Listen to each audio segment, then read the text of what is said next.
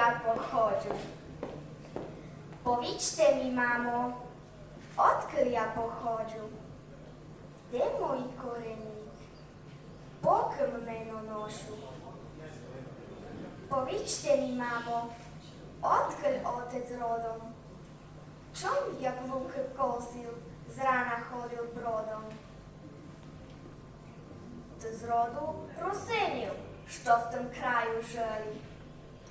Robitna i pobožna, to te ljude boli.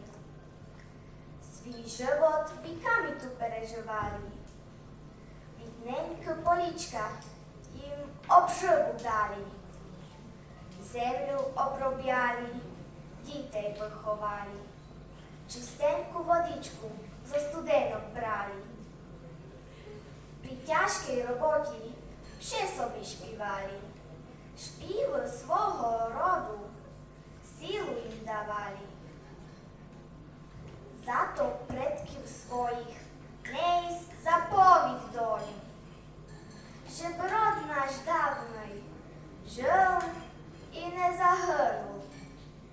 Slovom materinskim molься k Gospodu.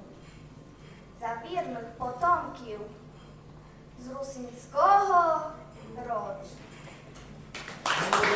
Дамочки мої, з русинського краю, хто вас буде співав, як вас ту зохаб'ю, буде вас співати покоління нове. Русинська шпіванка нігде не загине.